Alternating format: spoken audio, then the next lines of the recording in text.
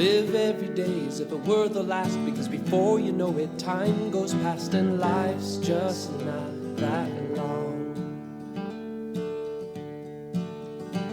Tell all you love that you love them so, because even if you do, they might not know, and one day we'll all be gone.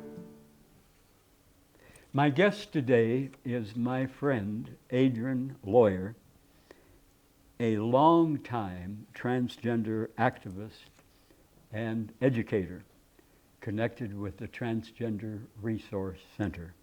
Welcome. And tell us your story. From when did you know you were and are a boy, man? Thanks for asking that, and thank you for having me here. I'm really glad to be here. You're very welcome. For me, like for a lot of other trans and non-binary people, I knew this at a really young age. So I was what we call designated female at birth, meaning when I was born in a hospital. Unlike a lot of babies, I was born in the hospital in Oxford, Mississippi. And on that day, the nurses picked me up and looked at my body and said, "It's a girl." And they wrote that down on my birth certificate. And that's all good because I understand why they would say that. Right. But then by the time I could speak, basically between 1 and 2. Really? That young? When I could talk, I started to tell the people around me this, and I started to really fight my mom about the clothes that I would wear and what kind of toys I wanted to engage with. And we know now that the stereotypes don't make you a boy or a girl. Liking trucks doesn't make you a boy, and liking dolls doesn't make you a girl. True. But for me at that super young age, I think I was going towards those stereotypical things to try to tell them about myself, you know? It wasn't so much that I loved every boy toy, it was more that I was trying to say, can you see me? I'm not what you think I am, you know? And a lot of folks are really surprised when I tell them that I knew so young, but yeah, that is young. I know, so let me tell you this, because when we train, we talk about this a lot. Even the American Academy of Pediatrics has weighed in to say, yeah, that's really just typical child development. And that most kids know their gender and can say it by the age of 5. So whether you're cisgender, meaning not transgender, or if you're a trans person, most human beings know this about themselves at a really young age and can even articulate it. Now with trans and non-binary people, of course, some folks don't know until they're 11 or 35 or 71 because this is a stigmatized trait, right? Yeah. And when it's something that folks don't like, when it's something that people are apprehensive about, if you might grow up your whole life and never even hear about a trans or non-binary person, then it's really hard to say, I think that's what I am, right? So if you don't have the exposure, if you don't have the vocabulary, for some people coming out is much later in life. But for a large number of people, there's a really early age of awareness about gender, even if your gender is unexpected. Now, did you have brothers and sisters? I do. I grew up with a brother 2 years younger. He is cis. So when he was born, they said he was a boy. And then he also said he was a boy. So he was expected. It was everything as expected. And he's 2 years younger than me. So we were really close in age. We grew up very close. And in my day, because I was born in 1970, so the word transgender wasn't really coined until the 80s and really popularized in the 90s when I was in my 20s. Trans and non-binary people have always existed. That is really clear from the historical record. Trans people are not new, but the word trans is newer. So in my era of being a kid, my parents had never heard of that. They didn't know there were people like that. They had no way to understand what I was saying. So when I was trying to say I was a boy as a really little one, they were like, well, she must be a tomboy, right? So they started calling me a tomboy. And I was like, okay, like that was better than girl, you know? It doesn't have the word girl in it. I was like, they see that I'm not a girl, which is good. But my brother was just a plain old boy. So growing up, I could really tell the difference between boy and tomboy because I really wasn't considered to be a full boy. But also I was spared from some of the, for me, the sort of indignity of being forced into girl roles or girl behaviors because of the tomboy label. So having a brother was good. When did your parents begin to understand? You know, my family didn't understand until I did. And so that was like my first inkling of who I am, the category I fall into, my identity label, didn't come until I was in my mid-20s. So I first came out of the closet at 15. In 1985, that's when people did sort of start to put more pressure. So being a tomboy's okay until you're a teen. And then it's time to like snap out of it and turn into a girl and all of this stuff. And I was like, no, I'm still not doing that, right? But since there weren't any trans men or trans people that I could see around me, I didn't know what I was. I didn't know what that meant. What we did have in our family and in our community were gay and lesbian people. And so when I looked around in 1985, I thought, well, I must be a lesbian. You know, I don't know. I must be a lesbian. I don't know how else to think about it. And in my day, there was even a word, butch lesbian. So it meant that I could look really masculine, I could have a masculine presentation, and I've always been attracted to women or people who are feminine appearing.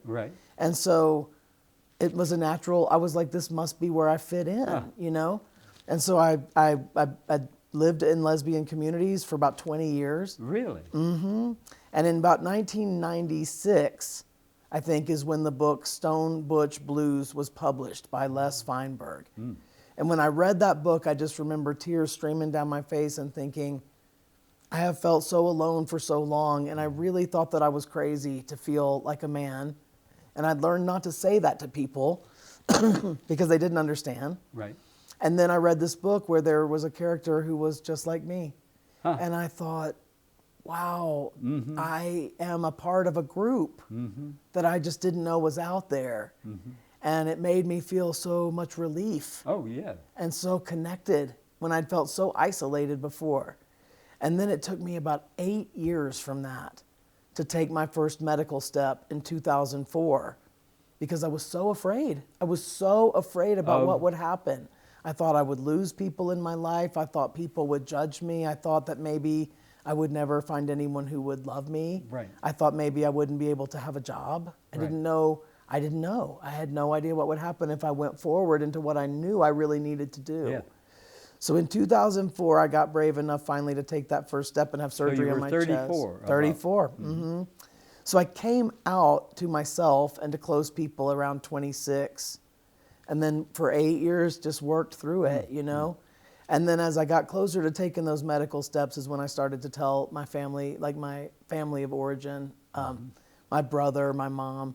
And then with my dad, it still took another couple of years because I was just so afraid. And then when I finally got ready, I couldn't figure out what to do except write him a letter. I was just so scared. It feels like I chickened out a little bit by writing the letter, but I didn't know what else to do. Well, sure. And then when I wrote him the letter, he called me and said that everything was okay. And that, really? Wonderful. That he just didn't think that it mattered what you are as long as it made you better about who you are. And that for him and his wife, they just were glad that I was happy and they didn't want me to suffer and that they were glad that I told them. Do you think he suspected? You know, I just don't think the people in my life had an inkling that this was a thing you could be.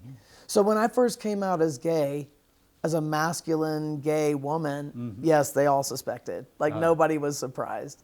And I was afraid then to tell people, I thought, oh, am I going to get rejected? Are people going to have a reaction? And almost everybody I told was like, I thought you had something important to say. You know, like people were like, this is the announcement. That's like, right. We knew that already, you know. So I think people always knew that I was different and knew that I wasn't what was expected. And so the trans part of it, I don't think was so much of a surprise. It was just more that people didn't even know about that to know that I could be that, you know? So if I'd been born more recently, I think my mom in particular would have really advocated for me as a trans child and tried to get me the help I needed, but they just didn't know. They had no idea what that was. And how old were you when she began to really understand and accept? You know, my mom has always been my biggest fan. And so she was really quick to get on board. I think like most parents, she had a little bit of grief that came along with it. Just because of having to let go of these expectations and ideas we have about our kids, you know. And fear about your child having a trait that can put them in harm's way. Right, for gay and lesbian and trans people, our parents know that other people might be violent or or ugly to us Oh, just yeah. because of that trait. That's right. And that's always hard for a parent to think, well, Yeah. I want my child to have all the choices and all the options and to be loved and to be accepted. And so they worry, I think, when you have something about you that's different like that. Sure. But in general, for her, it wasn't a big leap and it wasn't anything that came between us at all. Good. The only other thing that she did, which is really typical, was to have some reactions more about her own body. Like Oh. when I went to have surgery on my chest because I wanted my chest to look more masculine. Right. So for someone my size, that was a double mastectomy surgery with some reconstruction, some different kind of reconstruction and grafting of the nipples. And my mom kept like going like, like thinking about it. The pain, She or- would grab her own chest. I think Oh. for her, it just, as a woman, to her to think about voluntarily changing your Right, body that way right. felt like a mutilation. Sure. Sure. And so it was hard for her to make the leap that for me it was going to be liberation, because if someone did that to her, she would hate it That's right. because she's a woman and she cared about her breasts. For me, that part of my body was a really dysphoric, like it Oh, was yeah. a part of my body that I hated. And I had so much anger towards my body looking that way. And that surgery was one of the great days of my life, truly. And I think once my mom saw that, Right. then it was a really easy move for her. And how old were you then? 34. 34. Yeah, Huh. 34. And when did you first meet an openly trans person? Yeah, what a great question. I don't even know the answer to that. I feel like I was mainly finding people on the internet first, I see. like so many of us. And when I first was reading Les Feinberg's book, the internet was still pretty terrible. So I had a computer in my house in 95, 96, but it was the kind of, people don't even remember this, but it was the kind of modem that was like, ew, it was like connecting over the phone line, and it was really slow to load the pages and stuff. So in the era where I was first getting an inkling about this, the internet wasn't a great tool.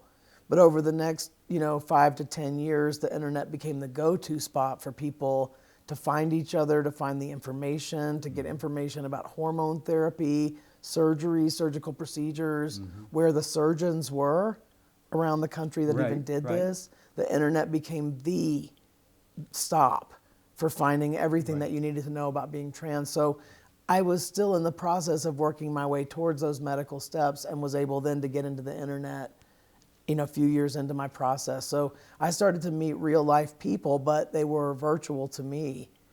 And I think I really met my first live trans person once I had already started to come out. And really started my process.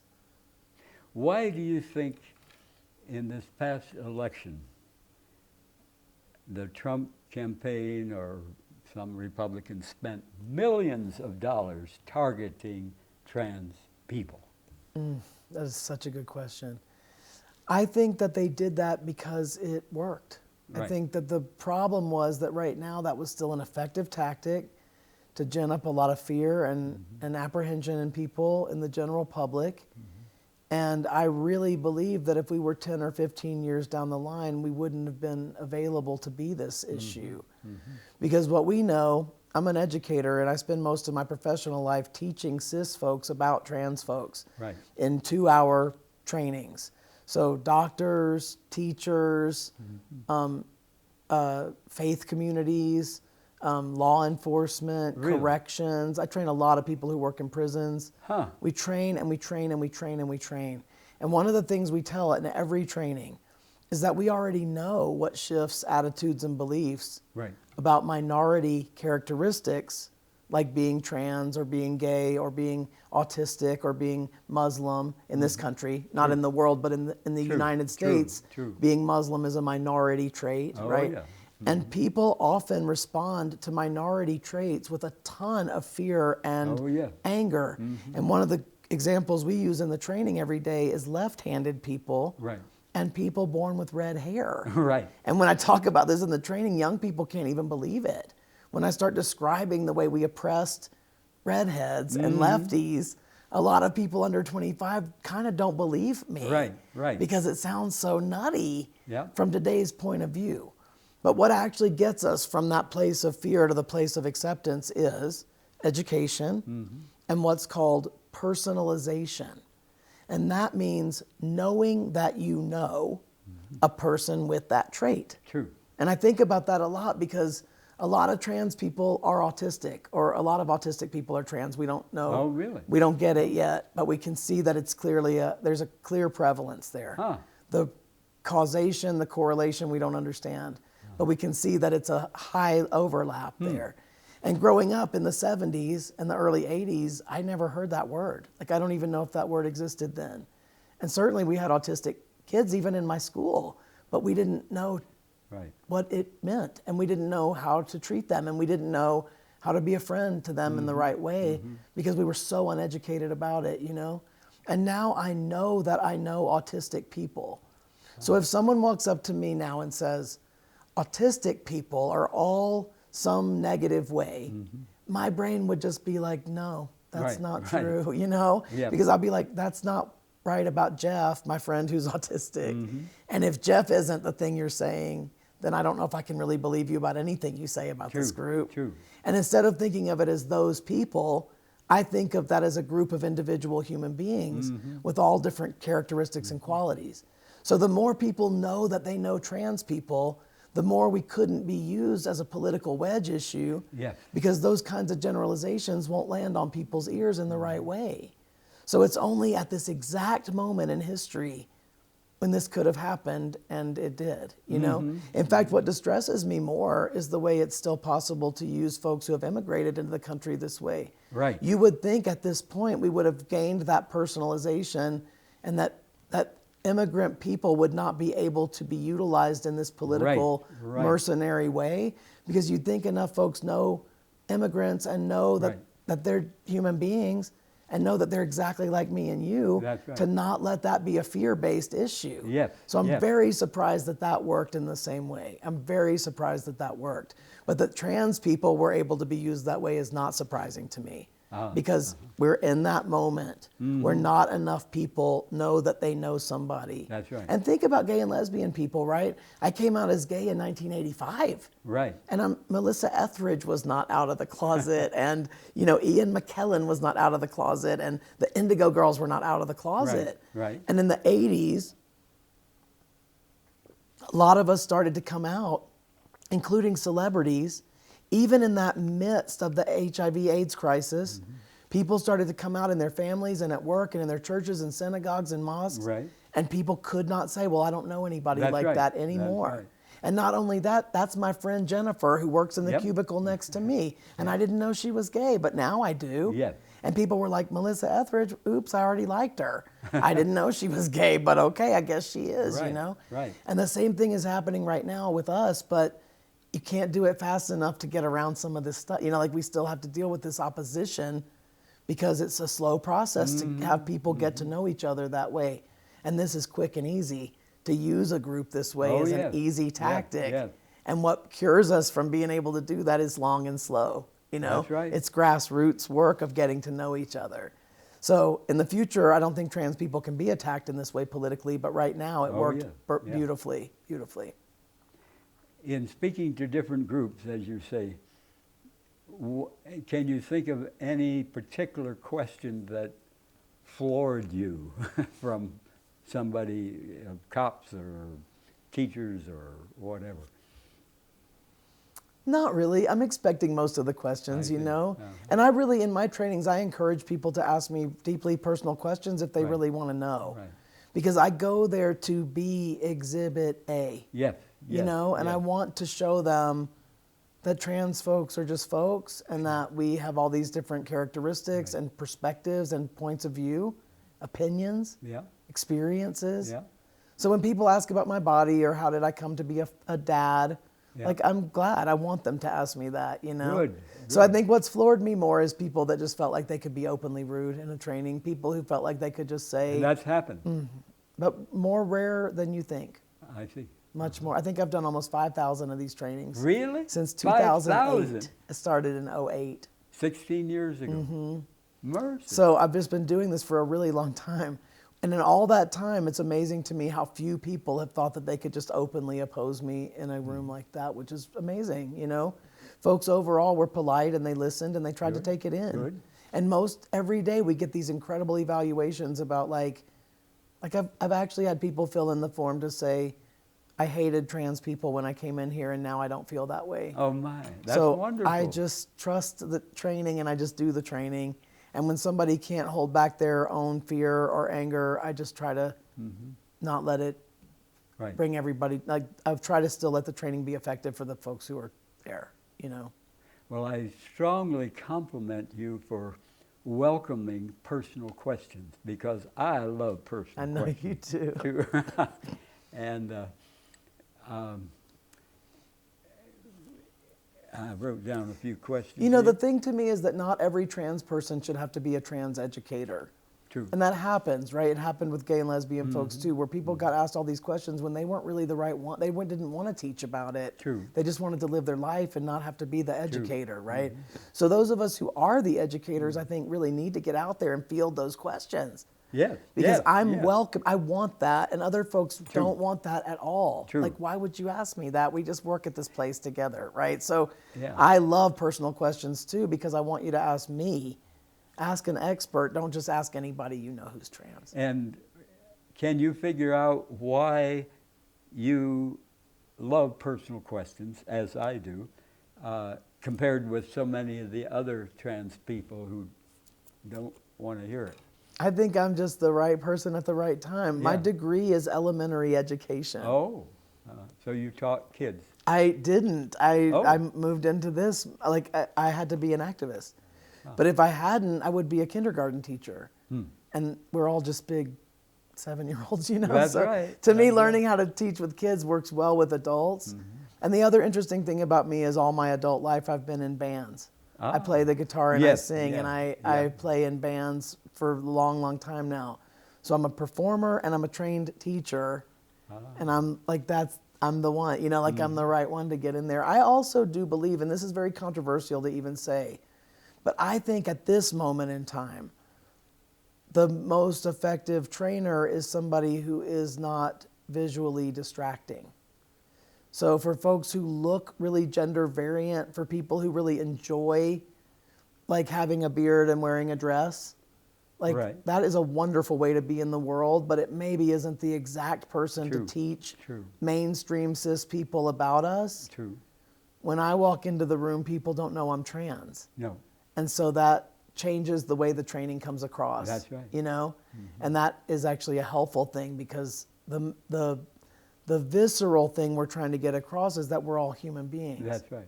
And then I'm not a distraction to that idea because of my presentation. So any trans person can tell their story. Any trans person deserves to tell their story. Sure. But not every trans person should be a trans educator. Right.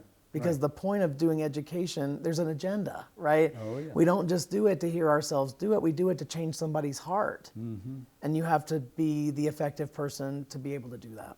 And you started the Transgender Resource Center. 2007, that's right. 17 years ago. That's right. With my really good friend Zane. And we just started with nothing. We had a laptop, we put up a website, we were doing support groups, and we started doing these trainings. And today we're a really sizable statewide organization that does a ton of stuff to help trans and non-binary people. So do you have offices across the state? No, our main headquarters is here in town. In fact, we just bought a building that we're moving into in January. So for the first time, we own our own building, and it's going to be at 4th and Constitution. Oh. 1515 4th Street.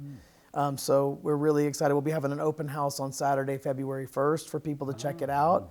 And then if folks want to come and take a tour, not on that day, they should just reach out to me on the email that's on the screen, and we'd love to set up a time for them to come check out our building. How old is the oldest trans person that you've met to come out as trans? Ah, that's a great question. I would say the oldest, we have a woman who's in our community who's in her 90s now, but I think in terms of coming out and starting transition, it would probably be early 70s. That's probably the latest I've seen somebody tackle it. Not that you couldn't do it after that, just in my own personal experience of the people I've happened to meet. And it's never too late. It's never too late. In New Mexico, is job discrimination against trans people not legal? Yes. In fact, New Mexico is one of the top 5 most protective states for LGBTQ people in the country. Do you know the other 4 off the... Oh, I don't. Okay. I'm sure it's California and then some of the others. And we might be top 3. I just don't want to overstate it. Right. But we're really high up there because we've done a lot of work to help with that, but mainly our friends at Equality New Mexico. So Equality New Mexico is also called EQNM, and they are the lobbying arm of the LGBT movement in the state. Right. And so every legislative session, they go up there and try to strengthen the laws that protect all of us. And then we joined up with them to change the law that governs how you change the gender on your birth certificate. And then last year we updated the name change law to be safer and more effective for people as well.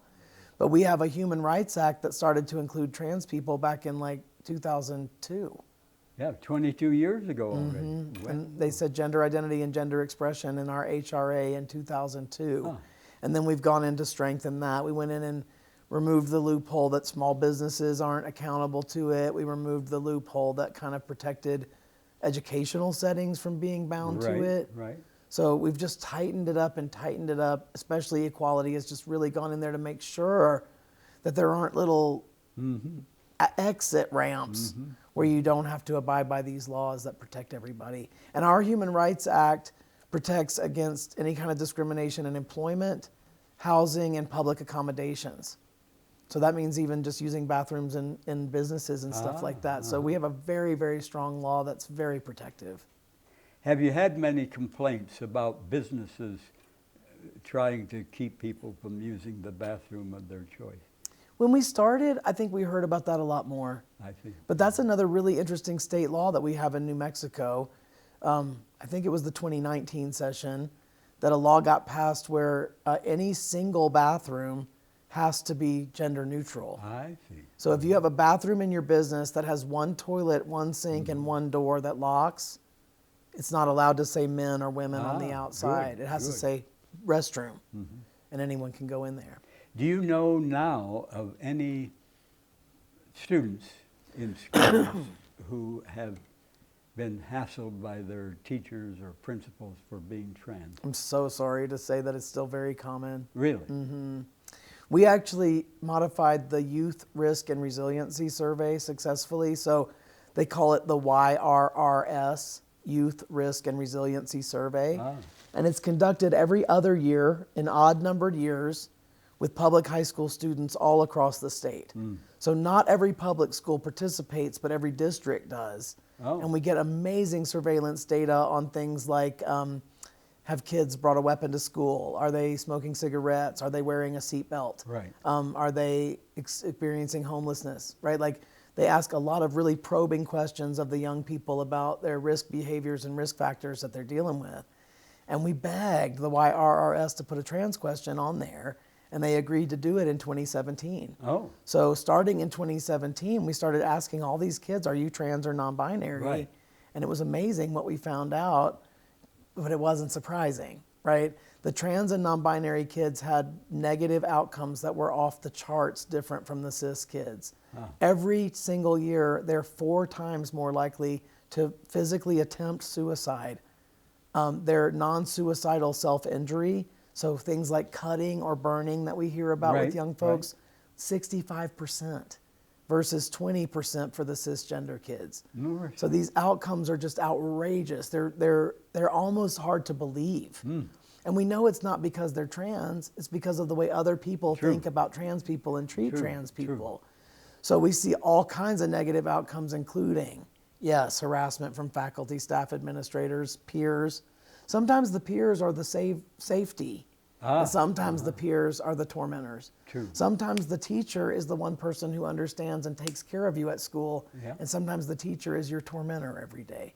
So it's not like, of course, there's many wonderful faculty and staff out there that are protecting these kids in even the rural districts.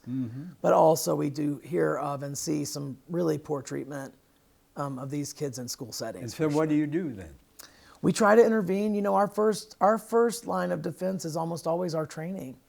And we have seen it over and over again that if we're allowed to come in and train, it just changes the whole conversation. Sure. We talk about it in a simple, no nonsense, easy to access way that most of the time people just haven't thought of it that way. And after we finish doing the training, people frequently come up and say, I just never thought of it that way. Right. Thank you for coming today. I'm really excited to learn. You know? Wonderful. So when we can get in there and teach, it usually elevates that baseline and things start to change, you know? And if not, then we escalate from there, right? We're close partners with the ACLU, and they're always ready to do impact litigation if they feel like it's going to have enough of an impact. We've worked with them on some lawsuits that they filed for trans prisoners here in the state. We would work with them to gather plaintiffs for a class action if we thought there was something that could be done educationally like that against a district if that was necessary. But for us, we don't want to start coming and saying we're going to sue you. No. Like that's not a good way. We want people to learn True. and come closer. And when you show hostility, you Right. engender hostility, Oh, right? yes. And so we don't want that to be ever our first choice, but we do know that there are still like the Title IX basis for lawsuits in educational settings is still very strong. And so there are ways to come at it that are a little bit more aggressive. For us, though, we always go in with like, we know you care about these kids. We know that you want to do the right thing, and we're here to help you do that. We want to help you do it. So that's kind of our way usually of coming in. And if you come across teenagers who are trans, whose parents totally reject them, what alternative do you give them? So even when it seems hopeless, we try to bring the parents closer. There's a really great study called the Family Acceptance Project, and now it's probably 10 or 15 years old, but it's still so timely and relevant. And it showed just really unambiguously that if your original family, you know, whether you're adopted or born or whatever step, it doesn't matter, but what they call your family of origin, Yes. the people who raised you, Yep. if they love you and accept you without question, your chances of attempting suicide go down to Sure. nil. You Yeah, know, like yeah. future substance misuse is way lower with kids who families love them. College attendance is way higher for kids whose families love them. You know, not that college is everything, just talking about measures of success True. and measures of personal success, right? Am I doing something with my life that I want to do and I'm proud of? Right. And what we see is the kids who report yes on that typically had families who really love them a lot. So if we can get the parents to move through their grief and their fear to stay in loving connection with the kid, that is the number one best outcome. And for the kid, like we're trying to always help the trans kid, right? And the way to help the trans kid is to get the parents to love them. Yeah, So yeah. we just do everything we can do to have conversations with the parents to get them to one of our trainings. We have 8 active support groups at TGRC, and one of them is a parents group. It's only for parents of trans people. And your trans kid could be 30 or they could be 4. True, You're true. still invited to the group, right? Huh. And that group is this incredibly non-judgmental and safe place for people to talk about negative reactions they have to all of this, Right. because those are just feelings. That's just a feeling.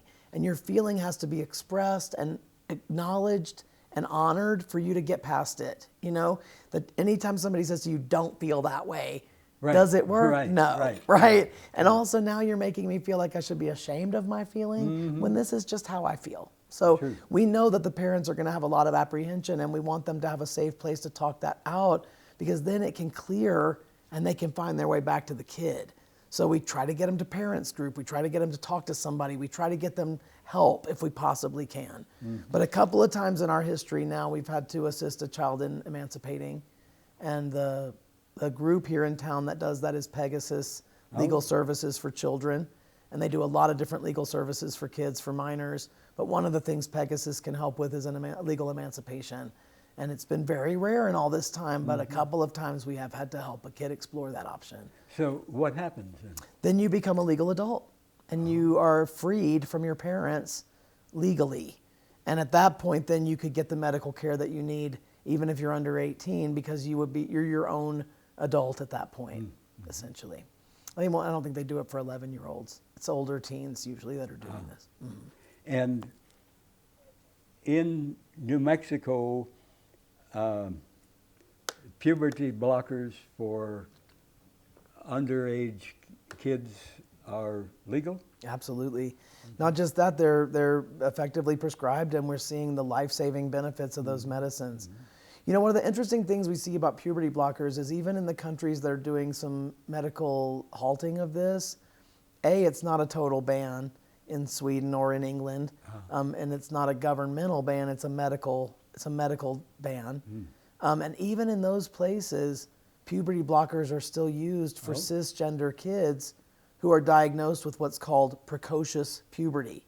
So medically, for your long bone growth and all this other stuff, they don't want you to begin puberty at 7 or 8 years old, but some kids do. And they use these blockers. They've always used those blockers for this set of kids. And even in places that are trying to discontinue the use for trans kids, they're still allowing it to be used for cis kids. So what we can see is the safety of the treatment is not in question, right? Otherwise they would ban it altogether. True. So they're not saying the drugs are dangerous, they're saying we don't want these people to have them. So it's very clearly pointed at a group because of our fear and our apprehension and our lack of knowledge about this. True.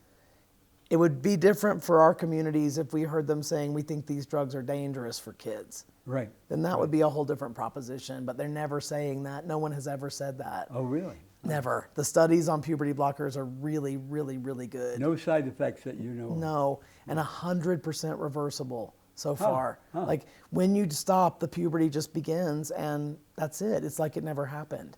So for the kids with precocious puberty, you can see it just presses pause till they get to 11.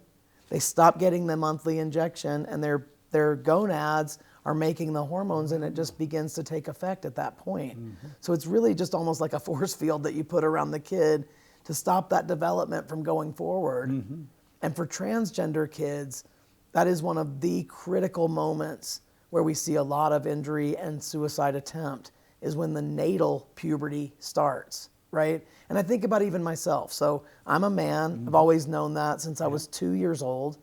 When my breasts started to develop, when my period came, that was my closest brush with a suicide plan because that was not a body I could live with. Right, right. And what we know about trans girls, so I'm a trans man, but for trans women, for folks who were designated male at birth, if they're forced to go through that first puberty without the blockers stopping it, some of the things that testosterone does to your body can't be undone. So your height, for example, if you grow to be 6'2" during that first puberty, there's no drug or surgery that can make you smaller. And that woman will always stand out. Because she will be big like that. And some trans women are genetically petite. Like trans people are every size. But you're rolling the dice. Once you let puberty hit a kid like this, you're just taking your chances about how they're going to change and if they can go back from that. Even things like beard growth for these girls then requires hundreds of hours of painful, expensive electrolysis or laser hair removal.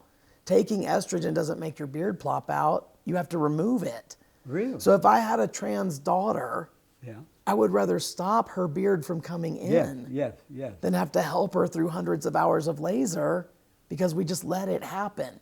An Adam's apple can be removed with a very simple surgery called a tracheal shave. It's an outpatient procedure. You just shave the cartilage down. Really? But why would you want your child to have a tracheal shave if they could never have an Adam's apple in the first place? True. So the blockers we've seen be incredible life-saving drugs with, as far as we can tell today, no negative repercussions. Really? So the fact that the blockers have become the controversial thing is actually kind of surprising to trans people. We don't really understand it except just as prejudice. Like there's no real explanation for it except prejudice against the population. Well, as a former sincere preacher, but no longer a believer in God, a fair, loving, all-powerful parent God, I ask, as far as I know, the Vatican of the Roman Catholic Church does not openly accept people being trans, and I think many fundamentalist churches across the country and the world don't accept. Have you seen any breakthroughs with any priests, Catholic priests, or fundamentalist preachers, or who were anti-trans? Not really, not yet. You know, what we really believe is going to make that difference is that personalization. That's right. And as people's children come out as their nibblings, which is the new gender-neutral word for nieces and nephews. Oh, really? So nibbling is the child of my sibling, is my Oh. nibbling, right? Huh. Because you think about the non-binary kids out there who don't want to be called niece or nephew. Right. It's so gendered, right?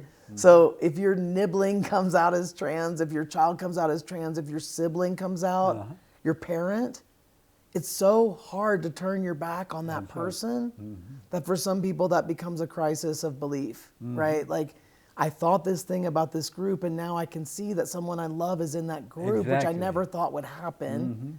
And now I have to find out how to reconcile it. So for some people, they break with the person. They lose the relationship because that belief or that group of belonging is the most important thing. For a lot of people, though, that's the moment where they say, no, I choose my child. Right. I love my child, and that's all I know, you know? So we know that going forward over the next 10 years, that's where we're going to see a lot of this kind of start to break down, is that legislators are going to have trans family, priests and preachers are going to have trans family, doctors who are skeptical of this are going to have trans family. True. So the more people are in a close relationship with someone who's trans or non-binary, the more this is unsustainable. This level of vitriol is unsustainable. And it's just going to take time. It's just going to take time. So I haven't heard of any like Damascus stories about, oh, I was wrong about trans people from that group yet, but I'm fully expecting it. Yep. I mean, just think about gay people. For me, having been gay in the 80s and watched everything unfold, I know what's going to happen. Like, we already know what's going to happen. There's an inevitable quality to the social progress. True. The more we get to know each other, the more we just can't stay separate that way. We just aren't able to. So there's a piece of this that feels like we're going to have some setbacks in the next couple of years. There probably will be additional violence that's done to trans people because it's being engendered. And then we will get past it. Like, this is a moment, an oppositional moment, and then we will keep going forward because there's no other direction that you can go with stuff like this. Right. I suppose, I mean, have you ever seen where parents, one who is fully supportive of their trans kid and the other totally rejecting, who split over it? I'm sorry to say I have. Really? All along, And I've seen those oppositional parents block the puberty blockers for a kid whose other parent was ready to support them in having it, you know? So it's a tough thing. These ideological stances have real life repercussions for people and their health and their well-being, and folks just don't realize it yet. So do courts sometimes have to side with one or the other parent in the situation? Yes. And we've seen both things happen, but unfortunately right now it'd be a bad time to try to take that case. Like, I wouldn't want to have it tried out there. You know, a public forum like that is not where I would want decisions about my kid made at this moment. You know, we just lack the understanding to believe that it'll always come out the right way. That's right. You know, That's right. I mean, the hard thing now is that anything that you can imagine will happen around this topic. We train a lot of folks who work in prisons, and they're always saying, like, don't you think that there will be a man who pretends to be a woman to go to the women's facility and hurt women? And we say, yes, there will be.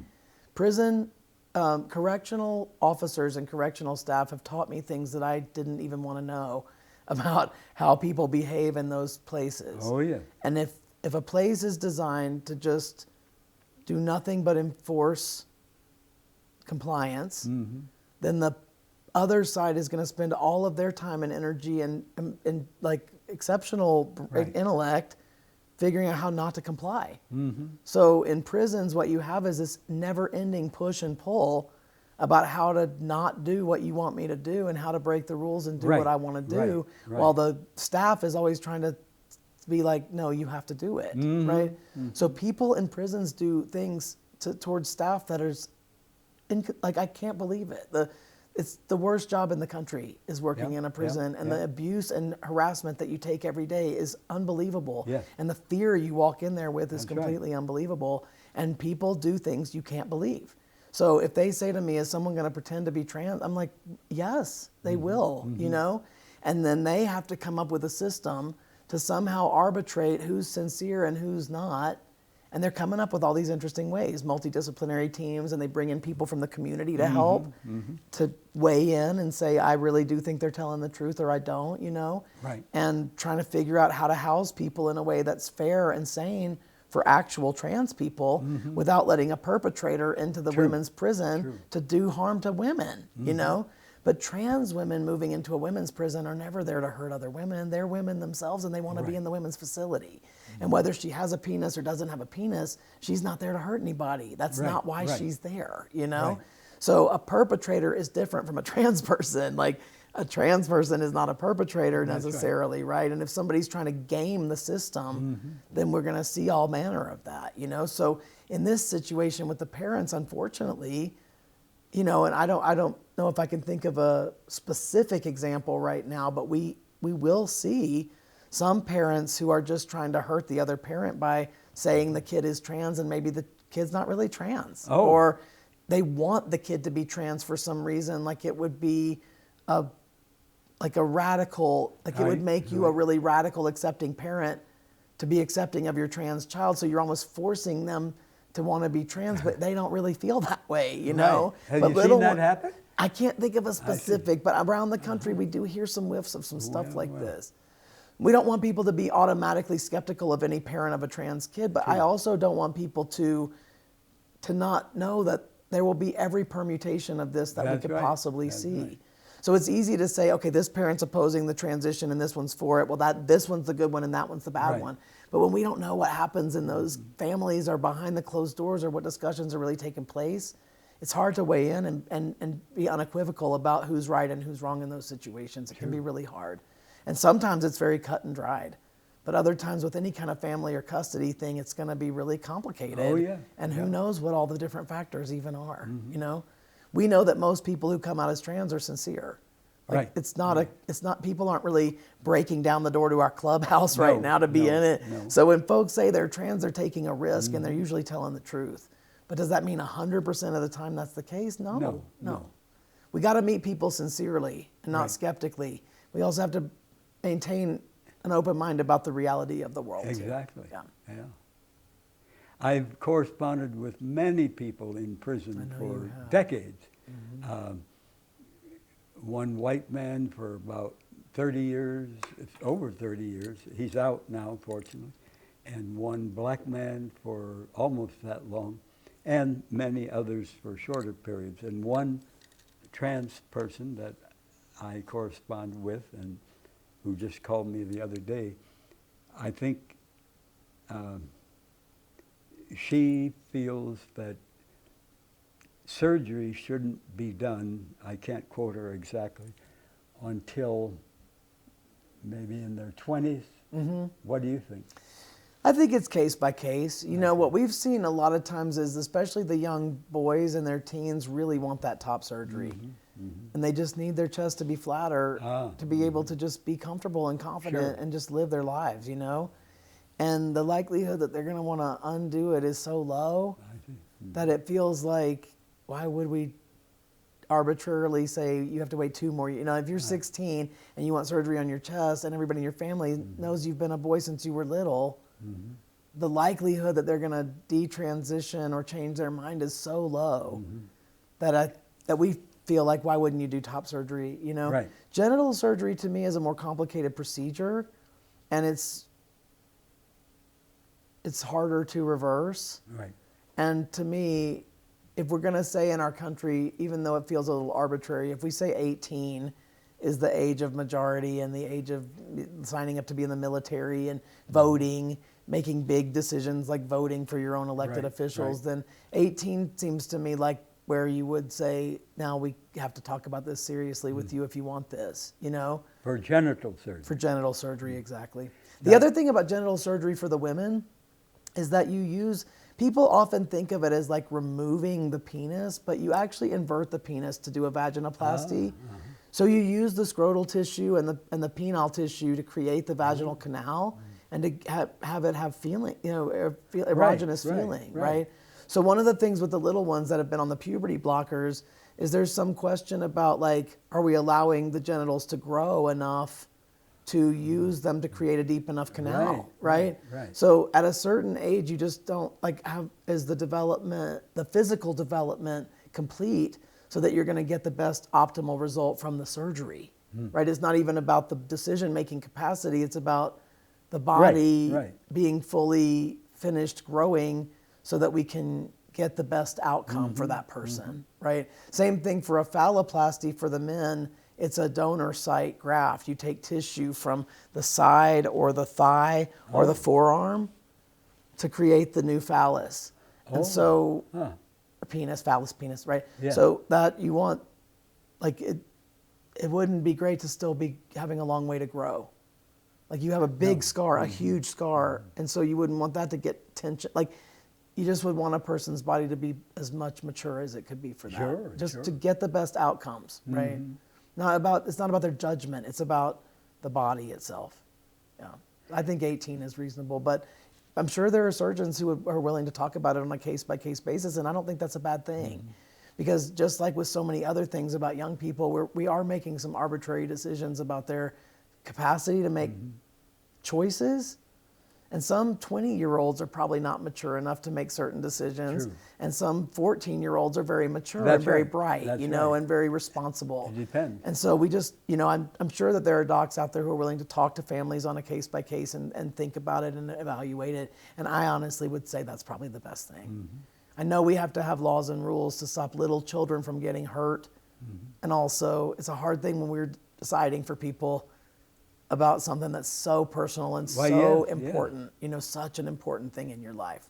Have you met any person who strongly regrets and rejects having lived much of their life trans? I have not in all my years, but they are out there for sure.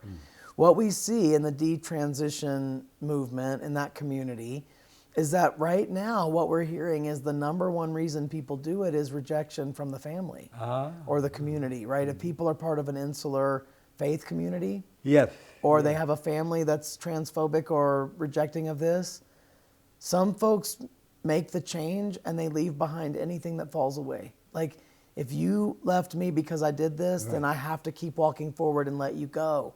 And I know I have to be this person no matter what it costs me. But other folks think that they're going to feel that way. And then they just miss their family so much. And they want to go home. And the only way to go home is to go home as the gender they think you are. And they won't take you any other way. We've seen people detransition for that reason. We've seen them detransition for medical complications that arose. We've seen them detransition because of the level of discrimination and violence that they faced once they transitioned. They thought that this would be less fraught. And in their particular case, it was just nonstop people being mean to them all the time. And they're like, I don't want this. This is not a good life, And really, no one should have to make those choices. Like, you should be able to be your authentic self and have your family love you. You should be able to be your authentic self and not have people harass you on the street. But for some folks, that's not the case. So when people detransition, it often is because of some external factor, not an internal regret, but something that feels like it's pushing down on them and making it impossible to remain where they are, right? So people do regret it. There are people who regret it. Have you met any? Not me, but even some of my friends in the professional community have. One of my really close friends is a doc who treats trans people, and she's treated probably 2,000 individuals, and I think she said she's had 3 that came back and changed their mind and went the other way. But again, I don't know what their reasons were. Like, I don't know if it was regret, like what you're talking about. That exists, though. We're not trying to say that's not a real thing, but it's being overstated for the media right now. And a handful of detransitioners are getting pulled around the country to speak out about this, but it's the same few people. And so their voices are being over amplified for a community that's really diverse, right? There's a lot of detransitioners and they are coming from a lot of different places, and these few are inaccurately representing them to the general public right now. Here's the other thing about that. Every available medical treatment has a documented percentage of patient regret. And transition care is way lower than like back surgery or chemotherapy. Both of those have very high levels of patient regret. A lot of patients say if they knew what they knew, they wouldn't have done it. They wouldn't have had chemotherapy, even if it killed them. They said that was so much worse. Like I'd rather have died than done that. And so if you asked me again, I would say no, right? And so there's trans people who are like, whoa, whoops, this wasn't good. I don't like this. I thought I was going to like it and I don't. But the number of people, the percentage of people is so low. Yes. And the biggest trans survey that's ever been conducted was in 22. And it was 92,000 plus people that took this survey. And it was 98% of those who said that they were happy with what they had done. Good. So our data on our communities shows that this is very small. Very small. Good. Let's see if I have any other good question here for you. How is New Mexico for trans people compared with other states that you... Because of the legal protections and because we have a transgender resource center that's been here since 2007, we do hear from quite a few people who are moving here right now. And we've also encountered a lot of folks that we would call medical refugees from surrounding states that have implemented bans like Texas. They are coming across to go to the doctor with their kids and then going home to Texas. So we're seeing a lot of movement towards New Mexico, either permanently or just for access, because we're such an open and accessible state this way. Are any of the parents from those repressive states punished legally by their, we have a shield law. That was one of the things that EQ&M did for us last session, was create a shield law so you can't prosecute people. Like New Mexico won't participate in the prosecution. So I guess it's possible you could get pulled over once you were back in Texas and found out somehow, but New Mexico doesn't engage with that at all. So our docs, our providers here feel pretty secure about being able to be the stopgap or the emergency access point for these folks, because they don't feel that they're going to get in trouble and they don't feel that they can get implicated by Texas either. Wonderful. I know. Well, I've just been told we have 1 minute. Anything you want to say in the last minute? For us, it's just please reach out to TGRC. If you're trans or non-binary and you need help, we can probably help you in some way. If you're somebody who would like a training on this topic, please email me at the email on the screen, because we are happy to train any group of 5 or more people. Wonderful. Even in people's homes, your church, your synagogue, your business, your LGBT group, your nonprofit. Any group of 5 or more people, we want to bring our training. So please, please, please reach out so we can do that training for folks we really want to train. Well, I tell you, as you know, you are a master educator on the subject. And I surely thank you so much, Adrian, for being guest today. No, I appreciate it. Okay. Thank you so much, Don. Thank you so much. Thanks a lot. And thank you all for watching. That you love them so, because even if you do, they might not know, and one day we'll all be gone. Taste the wind, don't let it blow on by. Sing songs of love, let the music get you high. And when it's said and done, you'll know the sun will shine on. And when it's said and done, you'll know the sun will shine on. And when it's said and done, you'll know